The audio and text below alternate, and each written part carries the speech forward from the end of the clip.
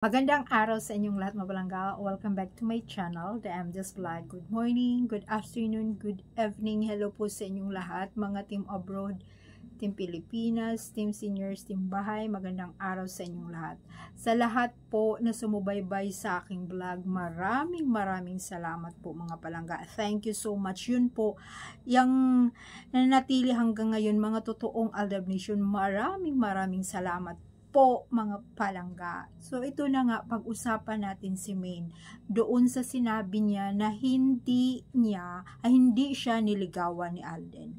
Sino nga ba ang maniwala doon?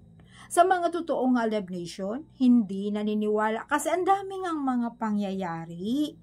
Ang dami nakasave at nandyan sa baul natin. So ito na nga lumabas dahil maniwala ba kayo? Talaga namang scripted.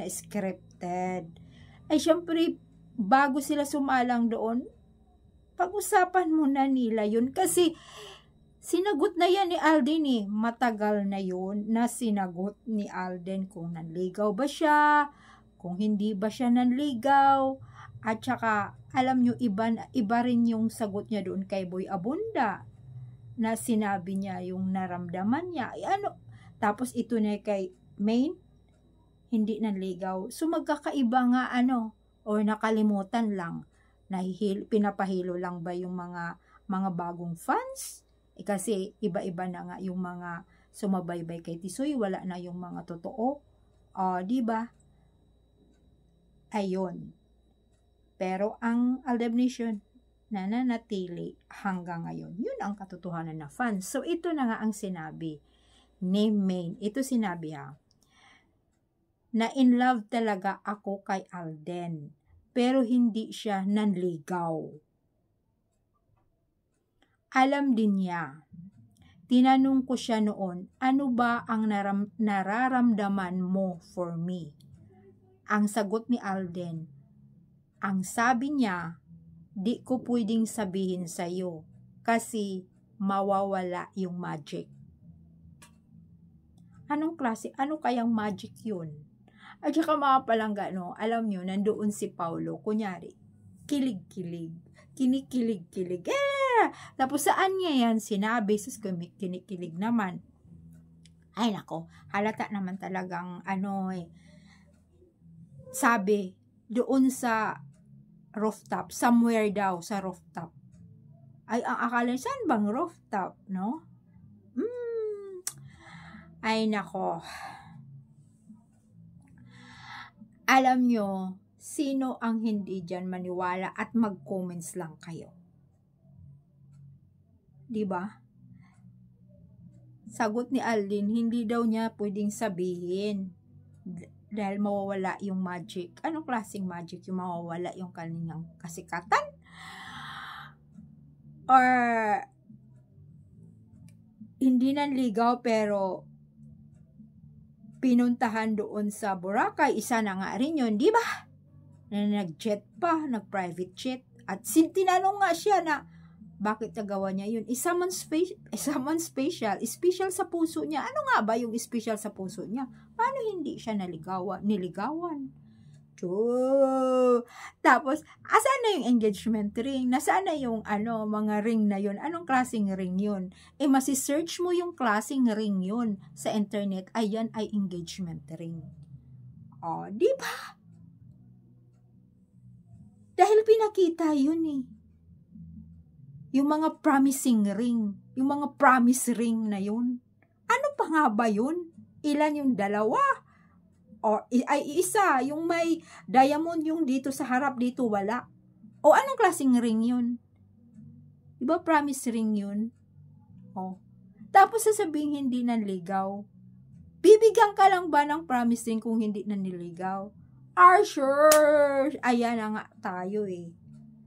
Diba? At saka wag daw siraan si Alden, mababash tapos para baka daw yung parang ganon yung hindi natin papatulan yung, or ibig niyang sabihin, wag nang parang ididismaya or something sa social media na, hindi ka pala nanligaw, kaya pala iniwanan ka, gisyo ganun, o gisyo, ano ka, hindi ka totoong lalaki, ganon, sasabihin na, ang gusto mo, lalaki din, diba, yung parang ganon, baka sasabihin na, diba, dinugtungan pa nga, pero alam nyo, sabi pa nga ng mga nakakanood doon, malalaman mo yung kanyang body language, yung kanyang reaction, kung, diba, at saka alam yung mga palangga, mayroong malakas yung diba, isang salita lang yung tao na yun, mayroon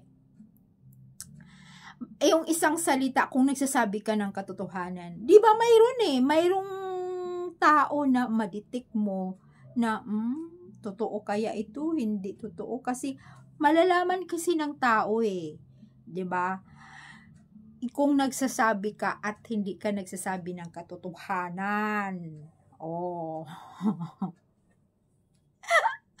Diba? Nagsasabi, mayroong ganon. Sino dito? Basta i-comments nyo lang, nasabi, mawawala yung magic. Anong klaseng magic? Ang daming mga pangyayari na talagang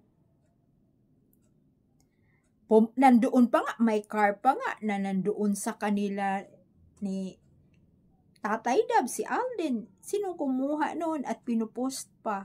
Tapos ito, nung pandemic, nandoon si Mama Tin. Diba, palangga? Tapos yung ceiling ng mga pinagla-live nila, pareho din sa ceiling ni Maine. Paano kaya yun? Diba? Palangga, paano kaya yun na hindi sila mag-asawa or hindi siya niligawan? Ano nangyari sa mga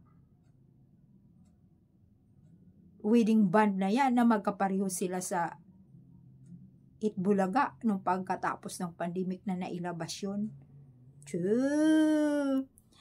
Alam nyo, nililito lang, kaya wag talaga kayong palilito. Dahil syempre, alam nyo yan, kasi mababa nga yun, isa din yun, mababa kasi yung ratings nila.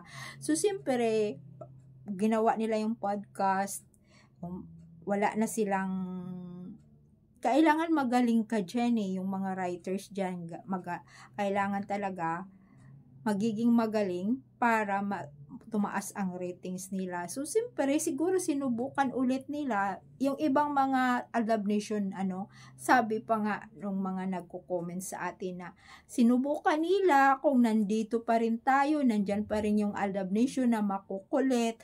At alam nyo mga palangga, ang Aldab Nation lang naman ang nagpapataas ng ratings at nagpapatrending. Di po ba?